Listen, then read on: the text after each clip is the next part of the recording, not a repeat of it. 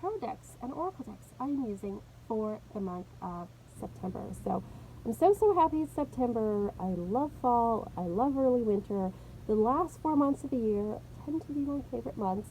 So I'm very happy for all of that. I want to thank everybody for those of you who know what's going on, for all of your kind comments and things. I've had a bit of a difficult month, so I want to thank everyone for all of that.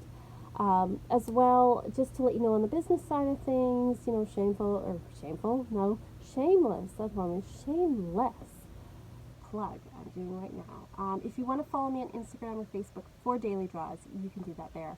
As well on the Patreon, we are working this month with Vesta on the home fires, both within us and in our home, getting ready for the fall with Vesta. And then what I've decided to do for the witch school level is just pick a theme every month to really deep dive into, talk about, on a deeper level. And this month is going to be all about psychic protection as we move into the darker months of the year. So if you want to join me there, you're welcome to. We also have a new witchy fiction book club. We are reading A Discovery of Witches. I'm doing a monthly video, and then we're also going to talk about it in the Facebook group as well. So I'm encouraging people for the first week to read the first 11 chapters, and we will discuss and talk about it there. But okay, business stuff aside, let's get into what decks am I using? Okay, so I'm really excited about this one. I was saving it for the fall because this is such a fall deck, and it just makes me think fall and Halloween and all that kind of wonderful stuff. It's the Dark Mansion Tarot. I love this deck so much. It was very pricey, but totally worth it. It's one of the most expensive decks I think I've purchased, but I love this deck so much. I just think it's wonderful. Everything from the box and the cardstock and everything is just lovely. So first of all, let's take a moment to appreciate the box. We've got a little bit of gold here. And it's nice and sturdy, and it opens up nicely, and cards fit in perfectly.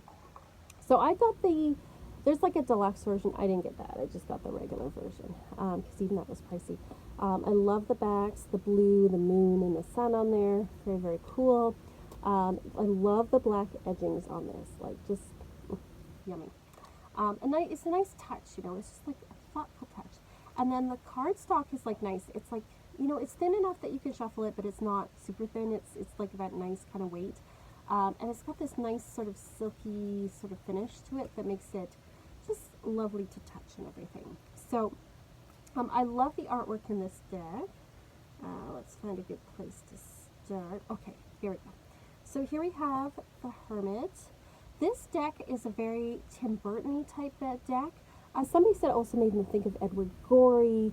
It's in the kind of creepy, cute sort of style that I really love. That just, it evokes for me like a sense of like, I love that spooky, sweet kind of thing, like that Corpse Bride and stuff like this. This is a very Corpse Bride type deck.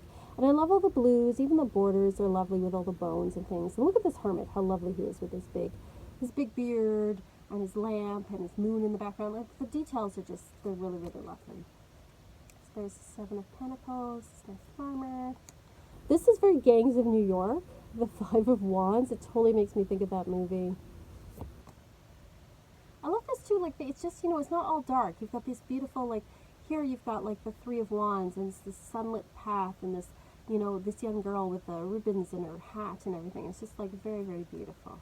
I love death, too. Like, that's gorgeous, That's got, like, a very carnival-y kind of feel to it. Oh, Ten of Swords. So sad. And then we've got our beautiful Nine of Pentacles. Love that as well. Just beautiful, rich colors, but it's got like a very storybook, Victorian type vibe to it, which I really love. But there's like a sort of spookiness about it as well. Lots of skeletons and things, which is great. So I'm loving that, which is going to be my tarot deck. For the cartomancy deck, I always use like a Lenormand or another kind of cartomancy deck with my readings. I'm going to be using the Fin de Sickle Kipper cards by Ciro Marchetti. I think that these will pair really well with the Dark Mansion Tarot. Oh, so my cards are boxed here, so I'm just going to put it there. Again, you've got this lovely silver gilding, like that on the back. I love all the rich kind of colors. It's very, it's very sterile. Chetty, I think I'm pronouncing his name right. So Kipper tends to be more people heavy than Lenormand is.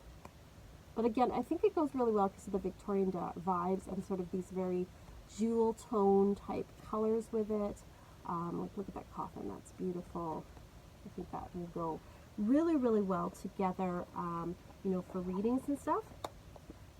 The oracle deck that I'm using is the Fairy Tale Oracle by Lisa Cavendish. Artwork by Jasmine Beckett Griffith. This deck, it says fairy tale on it, which is, sort of makes it sound like it's a sweet deck, but it's a pretty deep deck. And I think, again, it would pair really well with the Dark Mansion Tarot. Because, you've kind of got that stylistic, sort of idealized sort of, faces and, like, you know what I mean? Like, it's very stylistic. It's not very realistic, the art. And then you've got, like, these rich colors, so I think they go well together. But both of them have a bit of a dark edge to them, which I think, goes really well. Like Snow White here, or pardon me, the Poisoned Apple, that's about jealousy, that's not a light-hearted subject. Like, fairy tales often hide deeper meanings in things, so that's why I thought it would be good. The Juniper Tree, which is about deception. These are darker themes, even though these are beautiful cards, and you think fairy tale, you think childlikeness, you think wonder, but, these kind of have like a little more depth to them, that's for sure. So I think that will go really well together, for daily draws and then also for readings as well. Like Tamlin, that's about battle. These aren't sweet, innocent little girls.